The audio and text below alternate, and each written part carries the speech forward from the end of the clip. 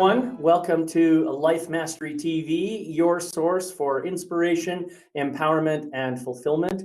My name is David McLeod. I am your Life Mastery coach, author of the book A Life to Die For, and also one of the co-authors of the best-selling Wellness Universe series, The Complete Guide to Self-Care. Today, we are embarking on episode number 186. This one is called, now I have to read this because I don't want to make a mistake. It's called Healing Miasms and Lapses. Now, you've probably heard those words in some context or another, miasms, lapses, and that sort of thing. But the question is, what do they mean in terms of your life mastery journey? So a miasm, as I understand it, is any kind of non-supportive energy, usually toxic, that can be inherited from your immediate family or even from previous generations. Miasmic energies can trigger or at least contribute to unpleasant situations and circumstances in different areas of your life. Now, a lapse, on the other hand, is a mental, emotional state in which you may be unable to figure out what to do next in a given situation. So in a lapse state, you may experience what people commonly refer to as being stuck, and thus be unable to move forward in your life. Now, both of these concepts can have a strong debilitating effect on your life, and you may not understand the source or the cause. But in this episode of Life Mastery TV, I'm blessed to have a certified holistic healing practitioner joining the show to share his wisdom about these very topics. Now, my guest, uses kinesiology to discover what has been keeping you from your dreams. Whether you seek pain relief, overcoming emotional distress, removing financial blocks, or even moving forward through difficult times, he helps you understand how your subconscious contributed to creating these issues. Using emotional code and body code techniques, he helps to release the imbalances to allow your body to heal itself and open the window to living an abundant life. So please join me in welcoming Tom Heintz back to our show on Life Mastery TV. That's your cue, Tom. There you go. There I am. It took a few seconds longer than I thought it was going to. So yeah. Well, hi, welcome David. back. It's been a while. I think it's been over a year, but I remember the last time. Very possible.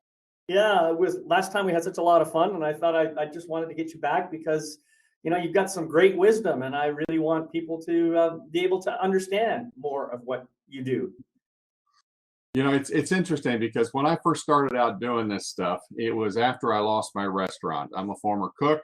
I feel like I got 3 lives. My first life was as a programmer, computer programmer. I used to help people set up the systems, and I learned a lot about the cause and effect of things. You do this will respond. And I used to do a lot of, I call it forensic discovery with computer systems, computer programs. And I would go in and just spend hours and hours going through code. And I realized that type of thing was the same in our real life here too, because there's a reason why things happen. And we don't always understand what the cause is behind that. My second life, I don't know where my brain went. I decided to become a cook, went back to culinary school, and I did that for a long time.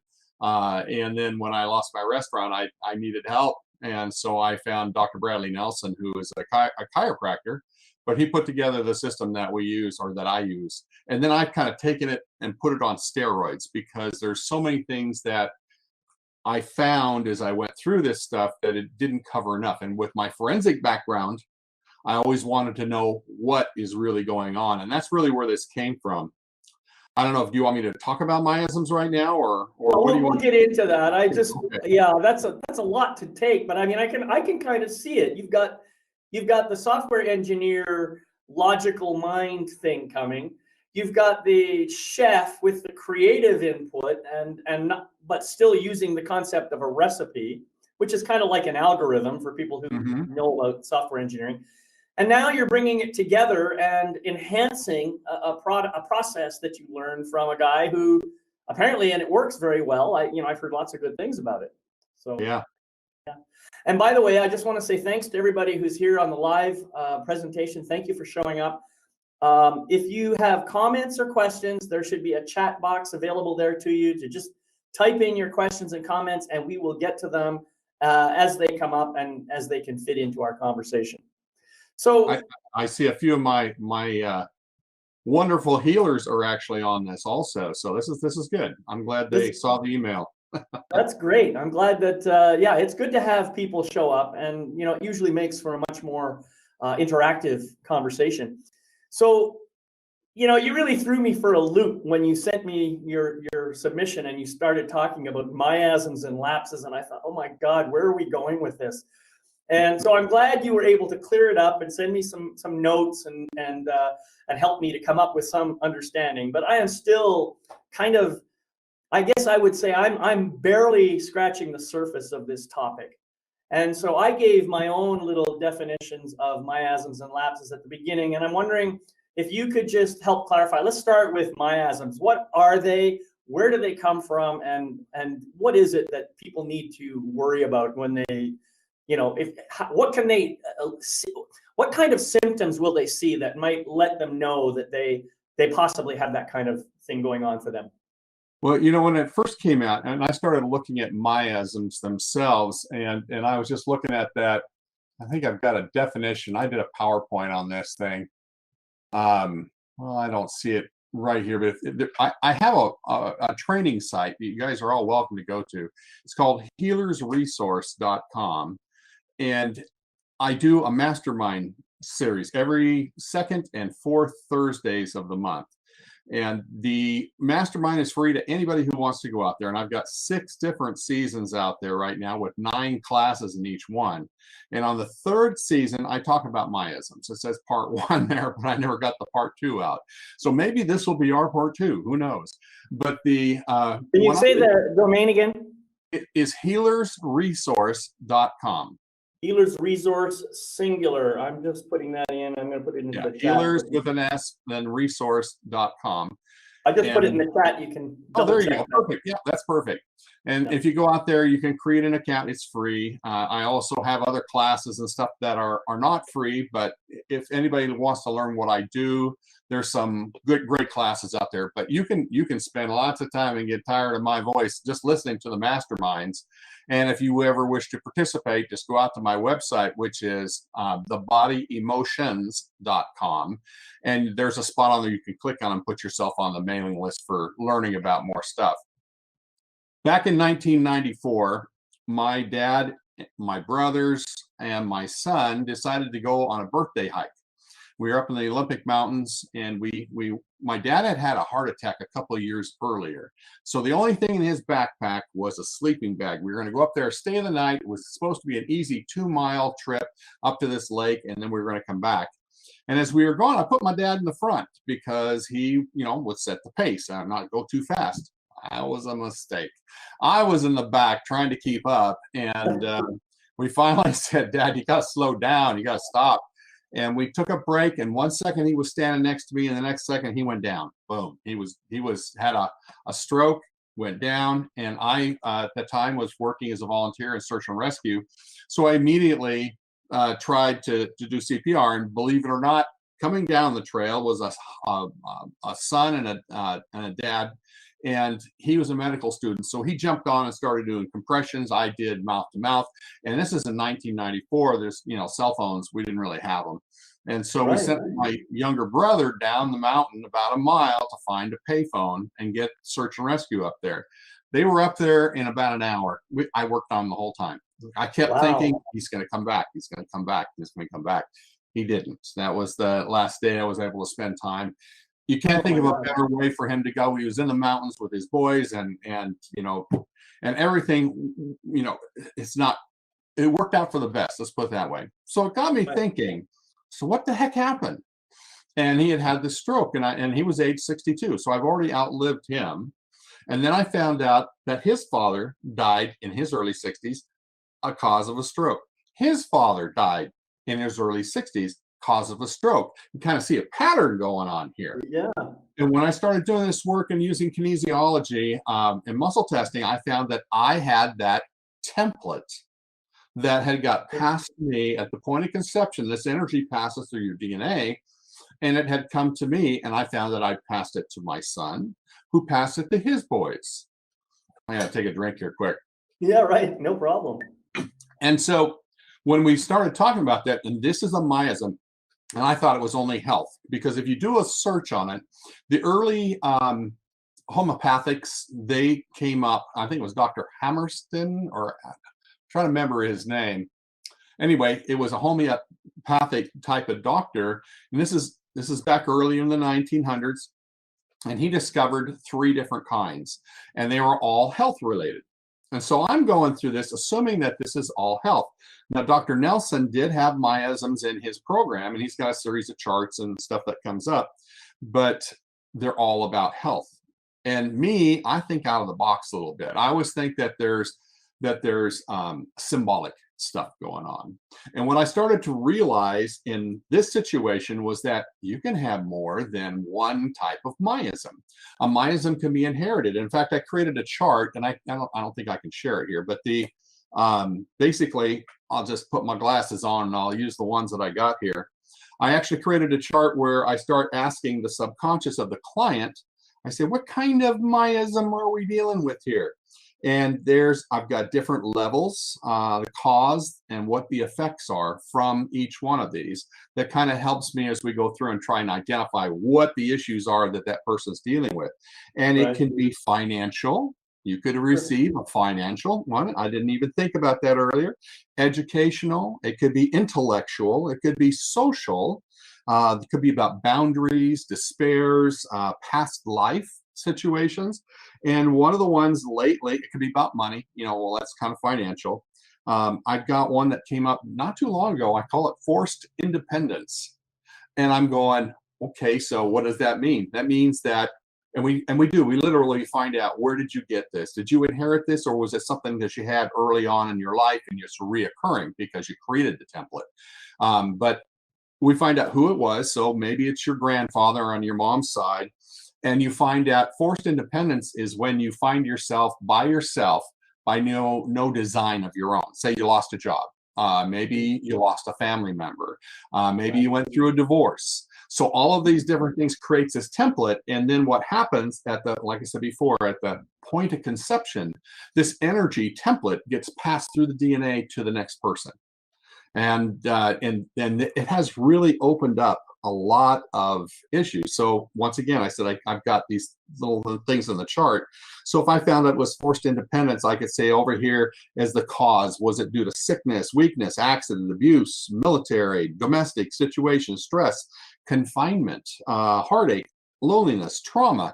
And usually one of these will pop up as the reason for that person, back in your generational thing that happened to them. And then I see, what was the effect? And it could be anything. It could be poverty, wealth, could be a number of different things. It could be insomnia. It could be lack of a lot of times it comes up as a lack of trust for others, because of the pain. And you're dealing with this stuff and you didn't even start it. So that's okay. I'm going to ask you to slow down a little bit here. Now you're getting ahead of me on the mountain. And so there's a lot of material there that you covered. First of all, I wanted to say, I'm sorry to hear about how your father passed. That was probably a very difficult situation for you to deal with. And when something like that happens out of the blue and you're not expecting it, that can have a pretty traumatic effect right there. Forced independence. Yeah, right. Yeah. And at the same time, I want to say, I think you did all the right things. And I see how it's led you to do your own kind of investigating about miasms and all that kind of stuff. And it certainly is a very interesting topic for sure. I don't want to go into too much detail with the people here because it might just be too much for people to take right now. But what it strikes me as, you've been describing it as something that seems to come into our, it's a template that comes into our DNA as we're being, not as we're born, but as we're conceived. And okay, that's an interesting perspective, and I certainly do resonate with some of that. But it sounds to me there's also a way in which we can just have experiences through life where certain kinds of energies impact us, and we may react a certain way. Now that could also be related to our DNA, I'm sure, how we're constructed and all the rest of it. Do you ever find situations that have nothing to do with DNA and have strictly to do with maybe the spiritual connection and how we are impacted spiritually through our our journey in life? Well, I find that we have stuff like that all the time, and I worry about more the verbiage. So Mhm. usually when I see it pops up in my charts and I'm testing, I test like this, give me a yes, give me a no. And as I'm working with the client, I'm going through the charts because I allow their subconscious to guide me. And if it comes up on the miasm chart, then I know that it's usually something inherited or something they experienced earlier in their life. Now Right. but as far as what you're talking about, that stuff happens all the time. These are the things that you go through on a regular basis. You have some kind of trauma. You have what I call a psychic trauma, where it's multiple emotions happen at the same time. Sure. Those things will gunk up your system and your energy flow. I like So that technical term. yeah, Gunk up gunk the them up, system. gunk them up. It's like So one of the you could be Tom the degunker. well, there's an emotion out there. It's called wishy-washy, and I always Yeah. tell people, yeah, this is the technical term, and Right. yeah, that is one of the emotions, along with some of the other ones I've come up with. But yeah, you're right. You're completely right. There's all kinds of stuff that we can come up. There's stuff that we bring with us when we come to this life, Of and course. I used to think that I'm going, wait, that doesn't make sense. I have no medical background, so Mhm. when I was learning this stuff, it was just like I was getting these downloads and I'm just like, wait, this doesn't seem fair. Why would I have to bring crap from another life that I was experiencing? And I got the distinct answer that this was one of the reasons you're here is to fix this. And Yeah. and, Yeah. and that just happens Well, to be me. that's interesting. I mean, there's a whole I think a whole area of research, that involves um, I don't want to call it necessarily paranormal, but it is definitely beyond the physical. It is metaphysical in a sense. Hmm. And, I think we are essentially spiritual beings who happen to be having this temporary physical experience in the world. And That so we have to deal with both sides of it, you know? And so I think that, you know, the idea that we might bring something from the spiritual realm into this physical world so that we can, I don't know, embellish or magnify the level of experience that we have. Because really, I think ultimately our true purpose is to know the truth of who we are and to be able to express and experience all of that with in as much depth as possible during this lifetime. And part of our agreement is we have other spiritual beings who say, "Yeah, I kind of like your adventure idea. I'm going to come along and maybe I'll be uh, one of your bad guys, or maybe I'll take the role of your best friend." And some of the energies that we engage with before we come into this physical world choose to support us by staying in the spiritual realm. They don't come into the physical world. And so that's why I think we have so much discussion about things like guardian angels and stuff like that. People feeling like they have a spiritual energy that is supporting them somehow. Yeah, it's a real interesting topic. A little bit off of our topic, I guess, but it is. it's definitely interesting. No, I actually work with attending angels and ministering angels, and those, in my personal beliefs, I don't believe in reincarnation, but I do believe in past lives, and I Mhm. believe that we're always on a progressional process, just like you go to elementary school, middle school, high school, you graduate from one to the next, and we came to the point where we needed a physical body. And that's what this life is about. We chose to be here. We chose to go through certain things. I believe that we are handed the syllabus and or the Okay, catalog from college and everything. So so I'm having a little bit of a mind meld here. Uh, you don't believe in reincarnation, but you do believe in past lives. Okay, correct. help me understand that. There's a bit of a disconnect for me. That's fine. The I believe that, and I'm a Christian, and so I have a belief in Jesus Christ, and I don't want to offend anybody in that, but there's reasons why we've always had agency. We've always been given agencies through our millennia or however long we've existed. We have grown and we've had choice. We've always had choice, and of course, there's consequences to choice. Some are good, some are bad. We got to the point where we had progressed along this line. I don't know what it was all like because I don't remember that. I think when we put on this meat suit down here, we have forgotten because we could do thousands of things at the same time as a spirit. And if we remembered all that, we'd probably all commit suicide just to get rid of this situation that we're dealing with because we can only do one thing at a time. So we come here, we're here for a physical body. We're here to learn about love. We're here to learn about helping other people. You know, not everybody does that, but there's certain reasons. Now you mentioned, I read a lot of near-death experience stories and examples, and I go through, and one thing I've found by doing muscle testing is I can find truth because your subconscious can see 360 degrees around you. It can see the energies around you. It can see the entities around you.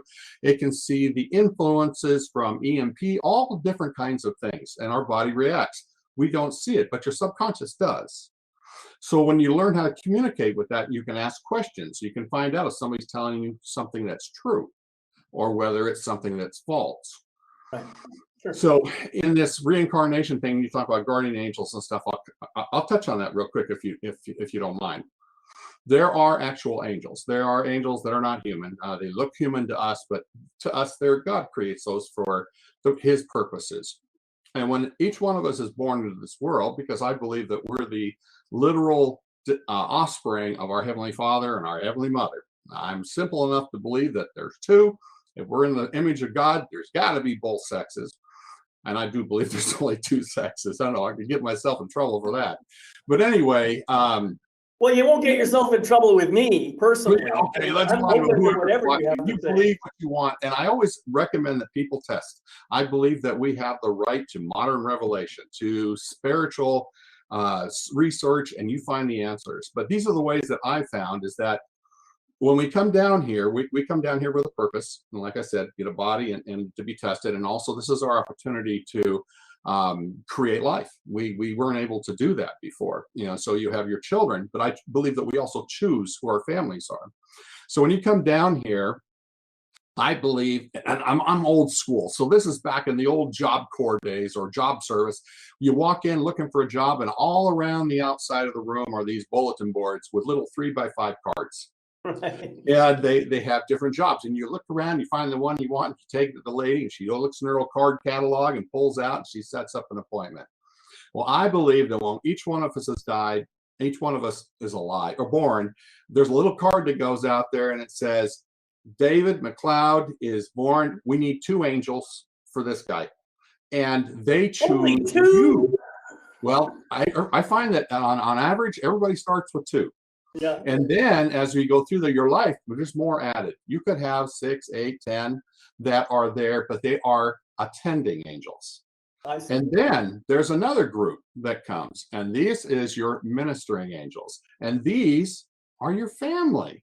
Now, they may still be in the future. They may, you know, it could be like my grandson. I found out my grandson, before he came down here, was one of my ministering angels. And then you have your ancestors, because you knew them all back then, those days. It just was a matter of coming down in their order for this. Now, I have been a ministering angel for other people before I came down here. And do you have a conscious remembering of those situations? I test and I ask my subconscious, and the subconscious knows. I see. So I can actually go with, if I'm working with you and we find out, well, you got some ministering angels. Let's find out how many you got. Oh, you got 8 ministering angels. I can tell you who they are in your past. Or on the other day, I said, you know, you got 2 that are 3. There was 3. They were going to be her great grandchildren. Wow. So, and this is all from my research with near-death experiences and things that matched up. And then I test and I work with that and I find out the truth of those things. So reincarnation, a lot of people will say, yeah, I was there. I remember this door. And I remember this battle. I remember this. Exactly. This is my belief. This is my Tom's belief, is that you were a ministering angel for that person who was there. You were there. You saw it, but you weren't the person. You were there as a ministering angel to assist that person at that particular time. Yeah. So that was the thing that it was a near-death experience, and the lady flat out asked Christ, said, you know, what about this? And that's what he explained. And I thought, okay, that was interesting 20 years ago when I read about it. But then since then, my mother had spinal meningitis, and she was in a coma for a week, over a week. And afterwards, you know, I read all this stuff. I said, you know, Mom, did you see anybody? Did you go anywhere? And she goes, no. 6 months later, she says, okay, I got to tell you what happened. And she says, when I was in this coma, I was in this room, and Christ came in. Jesus came in. He goes, do you know who I am? And she goes, yes, you're Jesus. He says, do you know that I love you? And she said, yes. And do you love me? She says, yes. And then she got the choice. She goes, do you want to go back or do you want to stay? That time, us kids, we're all grown, but we were having some issues. I was going through a divorce. I was, you know, my little brother was having problems. She chose to come back. She was with us for another 10 years. And the thing that he told her was, tell them that I love them. Yeah. There was no direct things to do in particular. At least that's all she told me. And I've shared this story with hundreds of people because it was important. So these are the things that I've learned. This is about past lives. And when we come here, like I said, I believe we're being given the syllabus to say, what do you want to get out of this college here? I want this degree. I want this degree. I want this. We've never done this before. Right. So when we come down here, we're going, dang, I didn't know this class is going to be so hard. And yet when it's a matter of trying to come out of it. And you mentioned that example of somebody.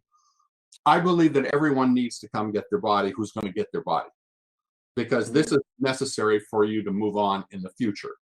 But because you need this physical body. Now, the ones that didn't get it, now this is religion again, but there was a council in heaven. 2 plans were presented. One was by our older brother, Lucifer. He wanted the power. He wanted the glory. He said, I'll force them. And that was the key. You don't force. And then Jesus came forth. He was the eldest. And he said, no, we'll let him go down. That's the way it's always been done, which means this process has been done before. And when he came down as an atonement to satisfy the justice so that he could extend mercy. Well, once again, agency. Always about agency, which is why we're well, agency. When you say that, you mean having the power of making my own choice. That is exactly right. And those that chose to follow, 1/3 of the host of heaven followed Lucifer, and he fell. He lost his first estate. He will never receive a physical body. All the 1/3 of the host of heaven, that's a lot of people. Our brothers and sisters became devils, and that's where devils come from. Now, demons are fallen. Okay, whoa, now we're starting again. I'm just saying that just so you understand the choice. So demons are fallen angels. So right. you got a choice between the two. So that's way off from where we were going, but well, you know, it is a little bit off topic, or so it seems. But I think that there is definitely a connection here. I mean, we've been talking about miasms as being inherited energies. And then we're talking about reincarnation, which is a kind of a recycling of energy, if you like. Now, I have never had any experience in my lifetime that led me to believe that I lived a previous life in a physical body. I have never had that experience. I don't think However, I know that other people have had that kind of experience. So I'm open to the possibility that reincarnation actually exists, the way they describe it. But personally, it doesn't resonate for me. I think I actually more resonate with what you were saying. But I can see reincarnation, the way it's described in Hindu philosophy, it has to do with, okay, you lived one life and you created a certain amount of karma. Now you have to come back and live another life in order to either create some new karma or to correct the old karma or whatever it is. And so that's an interesting perspective too. I mean, again, I don't know if I agree with it or not, but I think it's interesting. And I'm always open to what people have to teach. But I can see where it all ties to this concept of inherited energies. And that's really what we've been talking about here. So I guess in order to get us back right onto the topic, what I'd like to do now is maybe ask a little bit about, so if I have a kind of a miasmic experience, what kind of impact am I likely to experience as a result of that energy? Well, it can keep you, it's the same thing on any kind of an inherited energy, whether it's an emotion, whether it's a trauma that your family has had, or you can absorb those also. But usually what it'll do is, once again, it's all about energy flow.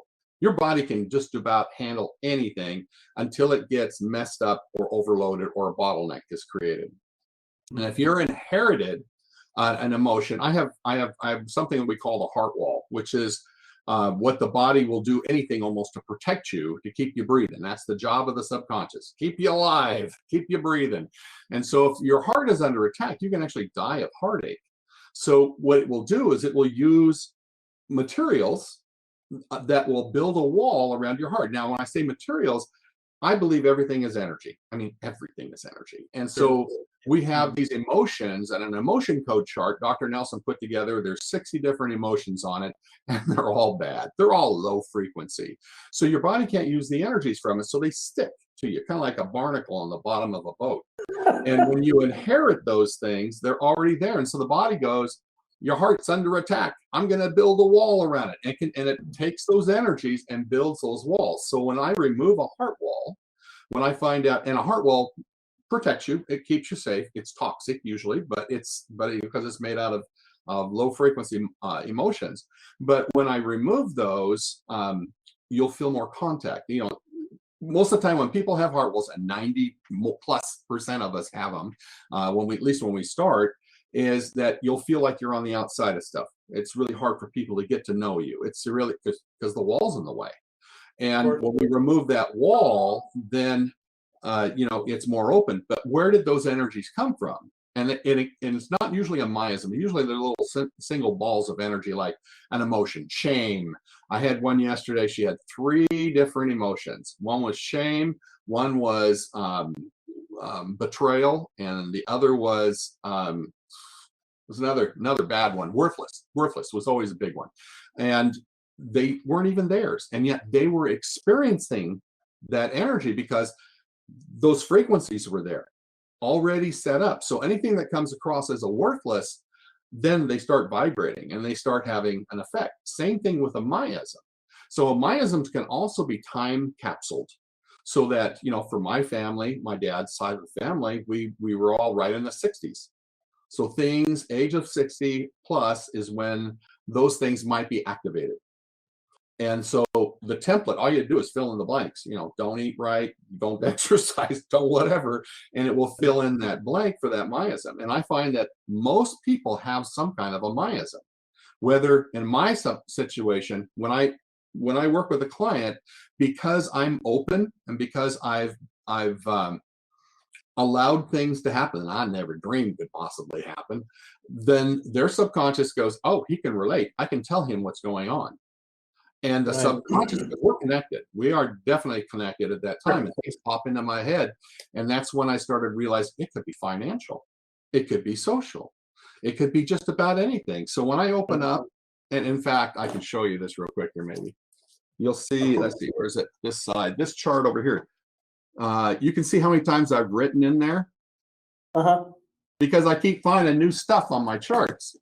And I add it to the chart, and then on my healers, we had actually a whole session where we just said, these are the things I've written in on these charts, so you can now have access to them.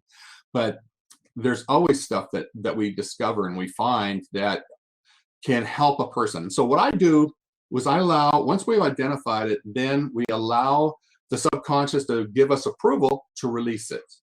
I don't do the release. I allow their subconscious to do that release. And then they can literally feel it leave in most cases. I can feel it because I've been doing this so long. And then at the end, I said, how you feeling? You feel lighter? And the answer is usually yes, because that energy is now gone. And what it did was it removed the bottleneck. So now their body can handle that particular situation. With this one here, real quick on that, that one I said, forced independence. When we find it and we locate, go back and we find out who it came from, and it was great grandma on this side. And I'll ask, so tell me about great grandma. Was she by herself? Yeah. And how about your dad? He's always, that's why they're not married anymore, because they couldn't handle that. So that template was causing chaos. And she's like, the one I'm working with, she's single. And I'm saying, so what's the deal? It's just that, I don't know, I just never seem to get close to somebody. Those energies are in the way, and they are causing that person to vibrate at a specific frequency that's not allowing them to have love in their life or have something like that. So we change frequencies a lot. Wow. So that does sound very, very, what's the word? Liberating, I think, is the word I'm looking for. Huge. Yeah. So how does this relate to a lapse then? You know, you've got a miasm as a kind of inherited things. Yeah. They're basically the two different kinds and deals, but they kind of will go, and this is what somebody finds themselves in usually. There's more because it's an incomplete chart, but when I was putting this together for somebody, I have a dementia miasm. I have a fear. I'm sorry, lapse is what I was talking about. I have a dementia lapse, I have a fear lapse, and I have other, which is anything that else can be happening because it could be about anything. So let me give you a couple examples that might make it a little bit clearer. Sure, and give me a definition as well, so I understand for sure what a lapse really is. Well, the example will tell you what it means. Because I don't have a per se. This is usually when you don't know what to do. You are in a mode where there's just nothing there. And the first one is dementia. Now, Parkinson's disease is usually something that it elevates to the point where there's dementia involved. And usually it's older people that are having this happen. And I had a client who was visiting her father and mother, and she was sitting in the front room, and her dad had Parkinson's. He had the dementia. And he comes, and you'll find that with these particular people, they're always on the move. They're always moving. They are just like walking. You don't leave an open door because they're down the road, because they just have to be moving. And so he comes out of the bedroom, and she's sitting in the front room, and he's just looking straight ahead. He's going. All of a sudden, boom, stops. And she goes, "Dad, are you okay?" And no answer. And she goes, "Dad?" She goes, "Mom, Dad stopped right in the middle of the living room. I don't know. He's not moving. He's just stopped." And she goes, "Oh, he's lapsing." She goes, "What the heck?" She, "Just a minute. I'll come out and take care of it." And she comes out. And so Dad's foot just stopped. I mean, he's just like not moving, not saying anything, looking straight ahead. Mom puts her foot down in front of it. He steps over it and continues on into the kitchen. He got to the point where he just did not know what to do. Something just went gone. That's it. Don't know what to do. So that's the one type of lapse, and that's a dementia lapse. And sometimes that's where we are. Just don't know what to do. And you can't do anything. So the next one is when I was, search and rescue when I was a kid or younger man. That's first married. And I lived on a farmstead house, and ham radios are line of sight. So you usually, if you're using a ham radio, and that's what we used up on the mountains and stuff like that, you'd have a certain distance as long as your radio frequency could travel, depending on power and the line of sight thing.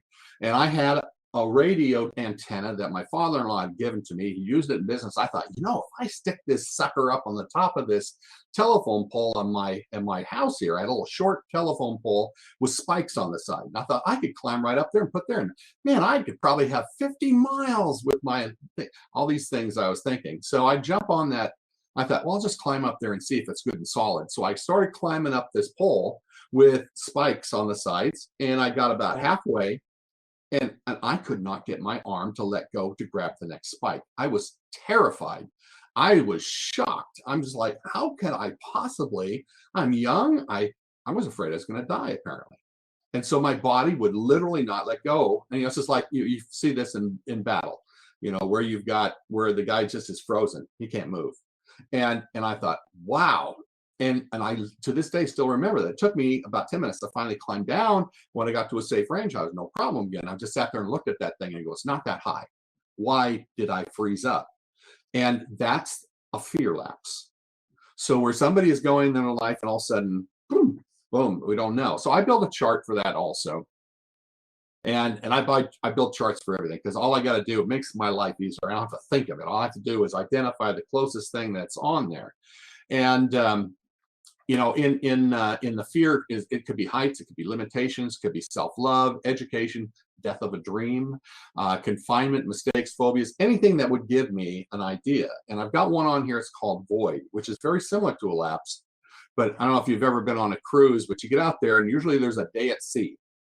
And you go out there and you look out there and all you can see is water as far as you can see. And you're thinking, thank goodness I don't have to be the one telling us which way to go because I have no idea. And that is that type of a lapse also. So a lapse is where you just don't know what to do. And right now, what I have to do is I have to go in and I have to figure out what's causing this lapse.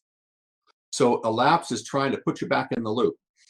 We have a parasympathetic system and the nervous system, which is what happens when we are sleeping, we're relaxing, digesting. That's the part that is in control. Then there's the sympathetic. The sympathetic takes over when there's something going on. So if you're camping and you're eating your dinner, you just a nice cooked dinner over the fire, you're kicking back and your body's digesting, and then a bear stands up on the other side. And you go, oh, you know what? Body says, we don't need to digest right now. We need to get the heck out of here. And so the adrenaline kicks in and we're out of there. And then when we become safe, it's supposed to kick back into the regular modes and finish digesting that meal. Some people never get out of that. So when they go in there and you always hear fight or flight. Well, there's actually four. There's fight, flight, freeze, and fawn. Fawn is where you worry about everybody else and you're not worried about yourself. So you get into one of those modes. God's given us this gift so that your body can do what it needs to, but you got to come out of it. And so when you're in the freeze mode, which is usually the one that most people are if they're stuck, that's like a lapse. They can't do anything. They're kind of stuck. Does that help you understand that lapse thing a little bit better? Yeah. Well, I mean, and what I was going to say is the way you described it, it sounds like a lapse is kind of, generally speaking, a short-lived event that's pretty easily resolved, whereas a miasm is generally, it could be long-term. It can be something that affects you for a very long time, and you may not even really know what the problem is. Yeah. And it can have many different impacts, whereas a lapse, I mean, I think obviously the results are pretty obvious when it happens. Yeah. So I had a lady the other day who was had been in a freeze mode ever since she was 8 years old. And she was in her early 40s. And she couldn't figure out, she goes, or maybe I'm taking, hang on a sec. This one was a 24-year-old, I think. And she's saying, I know I need to leave the city. I grew up here, and I know I just feel like I'm no longer welcome here or no longer feel comfortable here. I need to get out, but I can't seem to get myself to do it. And when we went back and we tried to figure out, so what's causing this? You know, because that's my thing. What's causing this? We dig till we finally figure out what the root core is. And then when we identified it, it was she'd been in a lapse since something that happened to her at age 8. And her body had gone into that. And I said, so think back here. Does this make sense to you? She goes, this makes too much sense. She goes, this is what's going on. Her mother had passed, and so she knew that she was ready to go do something. She just was so afraid. You know, it doesn't matter what I said to her. And I always come at these because most of these people are younger than me, and they're women, and I become the dad. I have 5 daughters, and I've got a gazillion other ones that are clients. So they're always getting my personal opinion of what should happen. I said, you can't steer a parked car. You got to move. Don't be afraid to make a mistake. You got to get out there. And here it was these energies that were in there keeping her from doing it. So we got her out of the lapse mode or out of the freeze mode, and we were able to release a few other things that were building up to it also. So it's usually more than one thing. It's not just one thing. It's usually a combination of things. And because the body's overwhelmed at this point, that's when things build up here. And that's why barnacles on bottoms of a boat, they'll group. They won't all be in the same, evenly spaced out. They'll all kind of congregate. And it's the same thing in our systems. When the energy is going, when you hit a block, it builds up in that area, it dams up. And so we have to go in and clean that crap out of there so that we can get the flow going again and get the body so they can handle these problems. I'm not there to heal you. We're there to clear stuff so your body can heal itself. Right. Well, and speaking of healing, um, what can people do who are watching either this show or watching the replay? What do you recommend for an individual who might just want to release some energy to, to start moving forward again, to become more confident, to become more assertive, to become more healthy, and that sort of thing? How do you encourage people to do that if they maybe don't have access to someone like you or me or somebody else? What can they do for themselves right now? Well, one of the things that I have a chart on my website. It's the emotion code chart that Dr. Nelson put together. I gave him full credit for putting this chart together.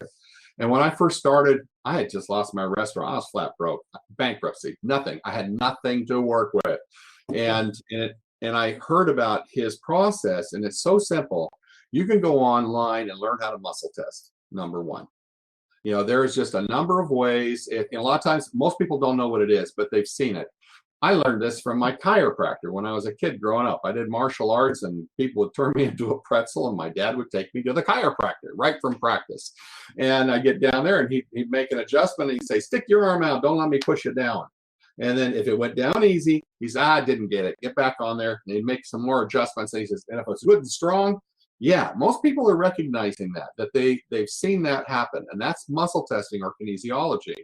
And you can learn about that and just practice very simply. I teach people that all the time when they want to learn how to get answers. And you'll see somebody in the supermarket, they'll be sitting there, it's a sway test. They'll be taking some vitamins, and they'll hold it and they'll just kind of go forward or backward. And you're kind of watching it. What the heck are they doing? Forward is a yes or a strong response, and backward is a no or a weak response. And they're asking, is this vitamin good for me, or is this supplement good for me? You can ask your body, how many should I be taking? And you get that, and it's just a very simple way. Now, I test like this. I just put a finger together here, and it just slides right through easily. Turn your finger so you're not smacking it this way and trying to bend it where it doesn't bend. So turn your finger a little bit, and if it goes through, you say, give me a yes, and it sticks. And give me a no, and it slides right through. Now, there's a gazillion ways of doing it. You can do it like this. I've got some people, we just do a check and we say, give me a yes, and you find that your thumb goes up. Give me a no, thumb kind of goes down. All different ways that can be tested. And all you're doing is you're picking up on the energies of your body metrics, just like a lie detector test. Okay, but I have to ask the devil's advocate question here. Sure. So let's say I do this little test. Okay. Maybe I really want a yes, but it's a no. It'll be whatever you want it to be. So it's. So you have to clear your mind. Yeah, I know, and because you could cheat on this thing. You could, and even when I'm working with somebody, when I first started doing this work, I'm in a room by myself. I'm doing a proxy session, so they're not even there, and I'm trying to do this, and I'm feeling like a complete idiot, quite frankly, because I'm just like doing this work. Is it real? You have to believe in yourself. You have to be able to accept that. And usually it's crazy because when people start doing this, they go, I do the sway test, just like I was talking about. You stand there nice and loose and say, give me a yes, and it goes forward. And give me a no. And you could be reversed too. And that's why you always do a base. Every time you do a test, do a base test. Give me a yes, give me a no. Do I have permission?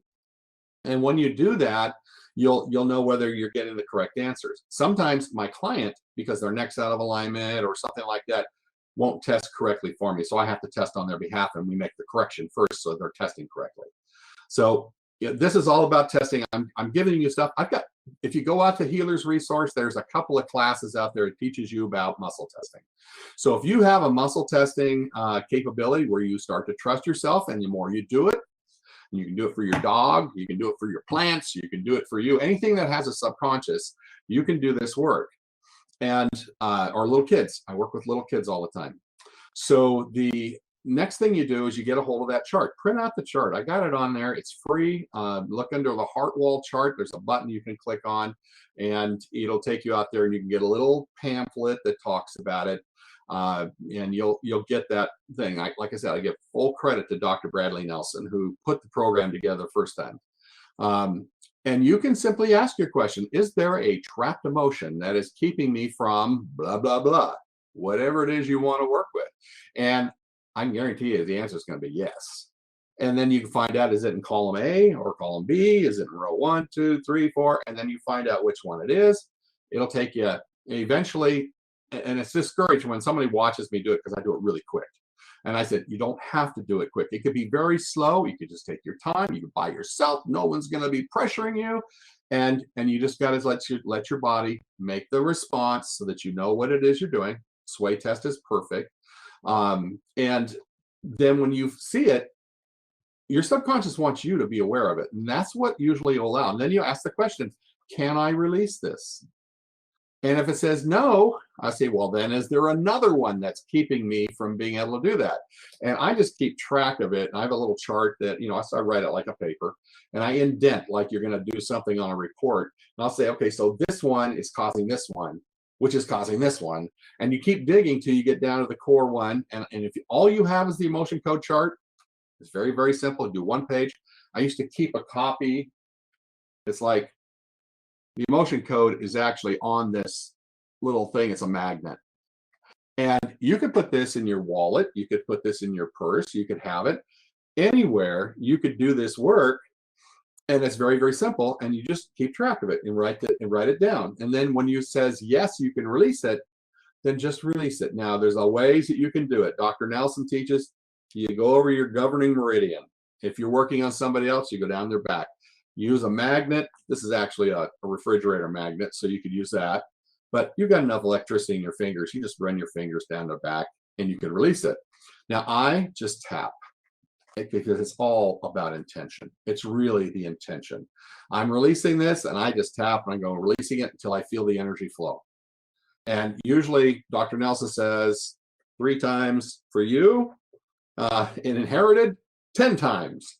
And it basically is just letting you know you can release this energy, and then you test afterwards and say, did I release this? And if it says yes, you're good to go. And say, is there something else keeping me from doing this? And you're going to find as you go through this, you're going to feel a shift inside of you, and you'll release these energies. Trapped emotions are probably the easiest things that you can pull out. Now, when you get into the full system, then there's 260 charts, and there's an app that you can use. And then my stuff, I have another upgraded version. I call it the Ultimate Healer, which is about another 70 or 80 charts that you add to that. But I'm a guy that likes to dig down. I like to know what's going on, and your subconscious will guide me to where we need to go. And every time I do it, see, I had 2 new people yesterday. Somebody signed them up. It was the mom and dad. And my daughter says we have to do this. And I said, you don't even know why you're here, do you? And she says, no, not really. I said, well, there's 3 reasons why people come to me. First of all, they got a pain. They got something that's wrong. They just went through a breakup. They are financially strapped. There's something that's wrong in their life. And so we go in and find out what's going on, and we release those things. Second one is, I haven't a clue why I'm here, but your subconscious has a list. So your subconscious already knows, and so we work off of that. And the third thing is they want to accomplish something. So they are looking for the love of their life. They're looking for a better career. They're looking for, their something that in their life what they're trying to attract. And this is the laws of abundance. And that part is where we bring you from the frequency that you are to the frequency you need to be. And that's where you do a little homework and say, what is it you really want? And a lot of times it's I need to find that love of my life. I keep attracting the same guys into my life. And I'm going, it's because you're at that frequency. And so we have to figure out what is it that you do want. And when you find that out, I just simply, I don't know the actual frequency. I just ask the body on a scale of 0 to 100, what's the frequency? Well, it's a 36. Okay, so 36. Where are you now? Well, I'm at 17. Well, do you think you're not going to get that stuff until you get into that station? It's like a radio station. It doesn't matter if it's high or low. It's just a matter of where it is. Yeah. So that's the stuff that I do. And when most people come to me and they go, I had no clue that it was going to be like this. It's so different. Very interesting. Yeah. Yeah. So that's me. I'm weird. Well, you got a muscle test for that? I'm weird. Yes. I'm definitely weird. The thing I wanted to say, first of all, I heard about muscle testing through David R. Hawkins. I don't know if you've read any of his books. He's specifically, yeah. He's all about consciousness in general, and he's written many books, and they're very, very amazing. However, so I learned about it from him, and he never explained in his books exactly how to do the muscle test. He said you're going to have to figure that out for yourself, but it was kind of interesting. But the other thing that I was thinking as you were talking, so if you are working on me and you want me to give you a yes or no, I don't even have to know the question you're asking. You know the question, and somehow your subconscious is communicating to my subconscious. Here's the question. Actually, your subconscious is talking to me. Yeah. My subconscious steps aside. Basically, you and I are connected, quantum physics, and there's some really cool studies about that, where it doesn't matter where you are. I work with people literally all over the world. And it doesn't matter if they're in Australia, if they're in South Africa, if they're in, Israel, wherever. I've worked with them everywhere. And I think there's been almost 30 different countries I've worked with people. And it doesn't matter. I don't even have to speak their language. All I have to have is permission and what it is what we're dealing with, because your subconscious speaks the same language. And as I go through this, a lot of times we'll record. If it's Zoom, we'll record it. You can watch it again.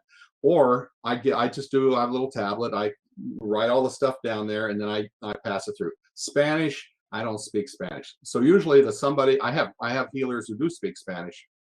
I don't see anybody on there right now, but I do have them. And it doesn't matter. And so your subconscious is communicating to me. So I'm asking questions, and as this is my computer programmer thing. We always go back to the same spot. So it's literally a chart. It simply says, is this on the right side of the chart, the left side of the chart? Well, okay, it's this one here. I'll click on that. Boom. So is this on the right side, left side? I just write it down. I can be listening to the news at the same time. All I have to do is get the answers as I'm going. In fact, sometimes it's better when I'm listening to the news because I'm not focused on what the answer is supposed to be. And then I go down here and I listen. And when I first started, I was not a healer. I was not designated. I was running through the motions. It works. And as the years have gone by, now I got all kinds of stuff that's coming to me. And then I can almost see the people's mouth dropping open because I know nothing about them. And I'm telling you, okay, this is the way you are. And this is what happened. This is back in 1966. And it was and I have a little chart because I'm horrible at, 1966, it was 55 years ago. You were 17 years old. And I said, this is what happened, because sometimes we need to know, sometimes we don't. The stuff I do is very invasive. All I want to do is make sure that you know what your subconscious is trying to tell you. And it doesn't matter what Tom knows. In fact, sometimes I don't even know. I had one the other day, popped up there. I know we're running it short here. It popped up there and I said, oh, you don't want me to know this one. You know what happened, don't you? She goes, yeah. And I said, it doesn't matter. We can go ahead and release this. Because the important thing is it's about the client. It's not about me. And I just work here. My superpower is muscle testing. That's all it is. Yeah, well, it's definitely a very deep subject, It is. And I know that, you work a lot with the subconscious, and I do too in a different way. I work on, the whole shadow energy type stuff. But I definitely think there's an overlap here for sure. Yeah. I was going to say, I really loved your presentation there. I can't remember her name direct. She's obviously got an English accent. Yeah, that was Sarah. She was just on here. She's just left. Okay, yeah. So you guys, you were talking about some shadow, and I work with shadow too, but it's a little bit different. Not as intense and involved as you.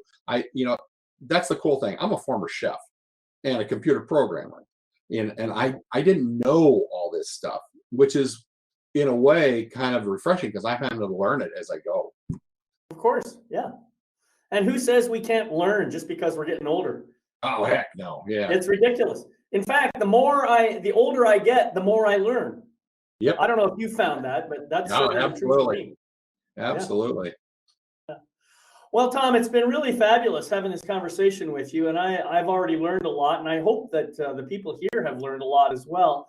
I'm wondering, though, if you have, maybe any particular final words you'd like to share before we close out? Well, I just, one of the things that I have always tried to do is try to help people have hope. And most of the time, it's a matter of getting perspective.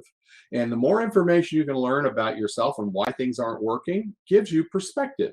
You know, even if it's just simply knowing that you have this issue or you have this in your past, like a miasm. I may not even be here if I hadn't found what was going on with my dad. I've outlived my dad. And the heart issues, there's just a lot of things that we just aren't recognizing. We can't see it. So understanding what's around you and understanding that there are unseen forces. A lot of people just don't say, I don't see it. I can't, it doesn't exist. Well, it does exist. And you're not in charge. Your subconscious is in charge. It's not even your conscious. I don't care how many affirmations you say, until your subconscious is on board and you get past your three guardians of mind, body, and spirit, then it ain't going to make a difference. So I would just say, learn about yourself, learn about what's going on, trust in yourself. And that when you find out how fantastic you are, when you learn to love yourself, learn to like yourself, that makes all the difference in the world. Absolutely. Absolutely. Well, thank you again for being here, Tom. I really appreciate the time that you've spent with us today.